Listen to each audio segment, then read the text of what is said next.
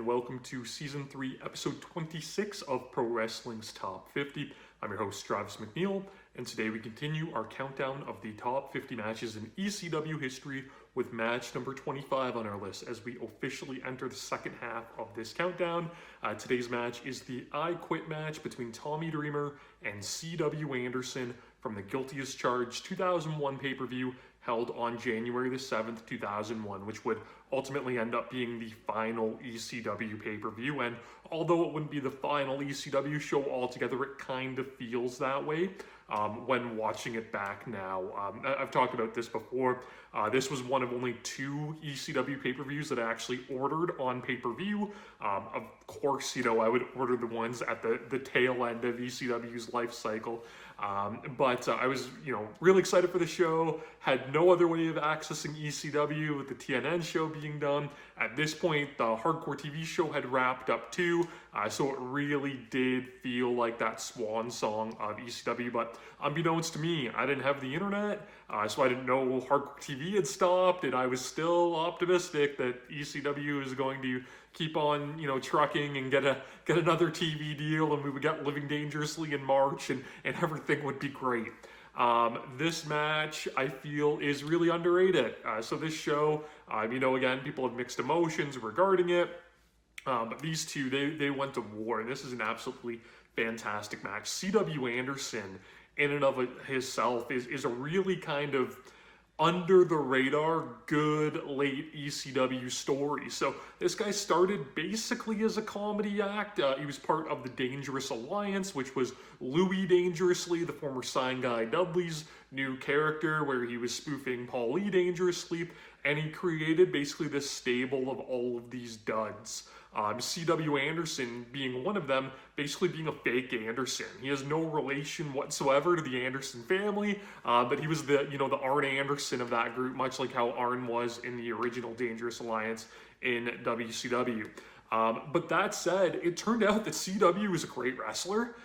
So over time, he started to move himself away from, the comedy act that was the Dangerous Alliance. He, saddled himself up with Simon Diamond and Johnny Swinger, who were on the come up as, one of the top heel tag teams in that late ECW run. So they developed this trio. They would eventually get Dawn Marie on as a manager, but CW kind of just became this really good, serious wrestler, and he started to have really good matches. He had, good matches with Corino and good matches with Jerry Lynn, and who wasn't having good matches with Jerry Lynn at this point. But he developed this rivalry with Tommy Dreamer. So they wrestled at the Massacre on 34th Street event, held in December at the Hammerstein Ballroom, much like this show was, and C.W. Anderson scored what was kind of an upset win. He hit a spine buster on Tommy Dreamer through a table that was backward in the corner, very memorable finish, to get the victory there. Fast forward a month later, these two would do a battle again, but here it was a submission match. So the story being that, CW pinned Dreamer, but Dreamer, is never say die, and he wouldn't quit. So now CW Anderson was going to prove that he could make Tommy Dreamer do what nobody else had ever been able to do, make him submit, make him tap out. So we get this match. CW Anderson would do this taunt before his matches where he basically, I'm CW, and then do a throat slash for the Anderson. So just a really kind of strong opening where he goes for that. And Dreamer grabs CW's arm and he can't do the throat slash. And that leads to a super intense collar and elbow tie-up. And, the collar and elbow is something that's so thrown away as a move in wrestling. Guys just know that's how we're supposed to start our match, right? By tying up. But they do such a good job here with making it super intense. They go to the floor, still locked in the collar and elbow, which is a spot I've always really liked. And Dreamer just escalates it by hitting a suplex on the floor. And from there, this match is really cool. Because these guys take offense that they would normally use, but they transition it into submission moves.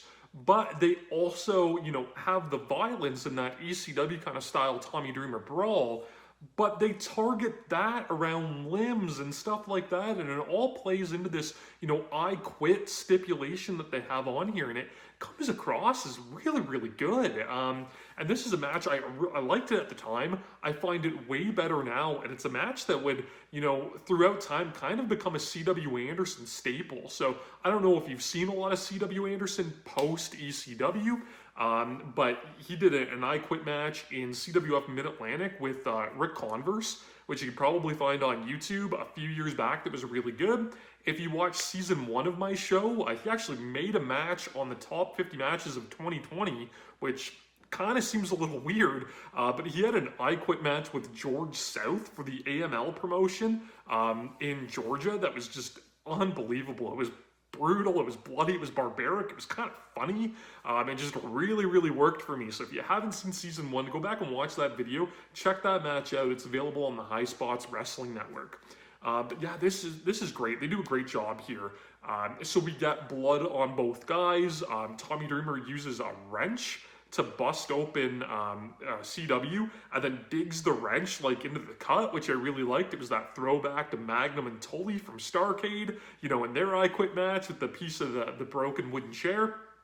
So Tommy does that with a wrench. CW gets Tommy back by hitting a drop toe hold into a chair to bust him open. Classic Raven move that you think Tommy would have scouted, but maybe wasn't expecting it out of CW. He's more of that technician wrestler, but he went deep into the Raven playbook for it. Like I said, they target the limbs, right? So Tommy hits like a sky high, but transitions it into a Boston Crab, and they're posting each other's shoulders and doing arm breakers over the ropes.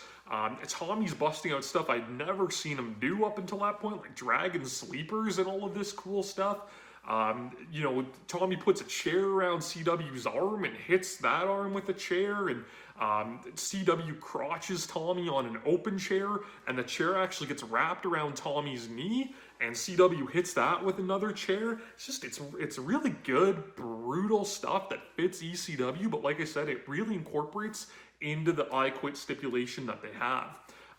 There's a point where CW just unloads on Dreamer with really gnarly unprotected chair shots, which, depending on who you are, you may not be into, but it was 2001 ECW, so we were getting that all the time. And again, a little bit maybe of a callback to Rock and Mankind's I Quit match at Rumble 99. I don't know if that was intentional or not, but it kind of reminded me of that a bit. We get the incorporation of Towel Boy. So if you don't know who Towel Boy is, it's Eric Tuttle.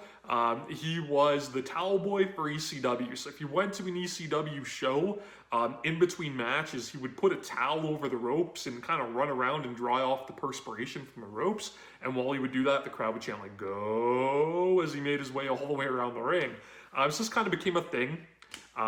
He would later actually be an independent wrestler. He would appear in CZW before he would ultimately retire. But at the Massacre on 34th Street match, he got incorporated into the match a little bit. CW kind of, got physical with him and put his hands on him a little bit. So here they pay that off. So Tommy Dreamer brings a present, right? Like a gift wrap box, this show being slightly after Christmas, and he pulls out a strand of razor wire. From there, we get more gift wrap, weapons, which were just some baking trays. And Tommy puts a camel clutch on CW, calls Towel Boy in. Towel Boy hits CW Anderson with the baking sheets, kind of paying off that physicality. But CW Anderson actually fights back, gets his hands on Towel Boy, and just destroys him with like a stalling superplex off the top. A great bump from Towel Boy on it, made CW look so strong. Towel Boy's selling on it, it's hilarious, where like he goes limp and then, a couple seconds later starts to convulse, and it's really funny, but also put over the move. So again, just kind of a fun little spot there, especially for the live crowd. If you watch it now, you might not get it, but if you were in the ECW at the time, you knew who Towel Boy was. It's kind of a cool little moment. The razor wire, though, it's eventually going to get incorporated, and it does. So Tommy counters a super kick from CW, which is one of his signature moves, locks in a knee bar. CW ends up being able to kick him off, and we get the spine buster, right? So the classic Anderson spine buster on the razor wire. Awesome sell from Dreamer as he comes up and the strand of razor wire is like stuck in his t-shirt on his back. It looked great. CW gets a suplex through 2 open chairs, kind of that parallel to Tommy hitting the suplex on the floor at the start of the match. And really kind of awesome spot too, just putting over, you know, the damage these two are doing to each other. Tommy uses a chair, one of the ones that he was suplexed through, to kind of like help himself up. And CW proceeds to take that chair, wrap it around Tommy's neck, and just hurl him into the turnbuckle like a horse collar with the chair. Great spot there. And again, something that I like is, because this is more of, you know, a hardcore submission match, right, that I quit stipulation, is it's not, you know, focused limb work where somebody's going back, you know, to the arm constantly, or the knee constantly, or the neck constantly. It's these guys doing whatever they can to hurt the other opponent, that they can get themselves in a position for submission. So, you know, the limb work's all over the place, but again, these are 2 guys doing whatever they can to win, and I really liked it. Our actual finish here, so, you know, CW doesn't really know what else to do. We get a table brought in. That's how we beat Tommy the month before. He starts pulling Tommy up to the top. Tommy grabs the chair that had been used so many times throughout the match, hits a chair shot on CW, climbs up with him, hits the Spicoli driver, the Death Valley driver, off the top, through the table, and then just in a wonderful finish, he grabs a crossface on CW, but he uses like the kind of stripping that goes around the table, like that kind of metal stripping, and he puts it over CW's face and pulls back on it in his eyes, and it looks absolutely brutal. It causes CW Anderson to tap out. It's a legitimate finish, because I couldn't imagine how painful that would be across your eyes like that, especially with the blood getting in there from earlier. And that's our finish. So Tommy Dreamer keeps his streak alive in ECW, is, you know, that never say die. He doesn't give up. CW Anderson gets the loss, but then we get a post-match handshake, which again just showed the respect that these two had for each other through the war they just went through. And it would have been really interesting to see, had ECW not folded, how these two would have continued going forward with that mutual respect. Would we have seen a tag team? You know, ECW teased Justin Credible and Steve Corino reforming the Impact players on this pay-per-view. You know, them against potential Dreamer and CW feud could have been really cool and produced some great matches. But, you know, like a lot of ECW stuff, we'll just never know what happens. You can find this match, though, on the WWE Network. It might be on Peacock. You can track it down online. Guilty as Charged 2001 also got a commercial release through Pioneer. So if you're a physical media person, you might be able to see it that way, too. You can subscribe to my channel here on YouTube so that you don't miss a video. Follow me on Instagram and Twitter at Wrestling50. And you can please join me again tomorrow as we continue to count down Pro Wrestling's Top 50. Top 50.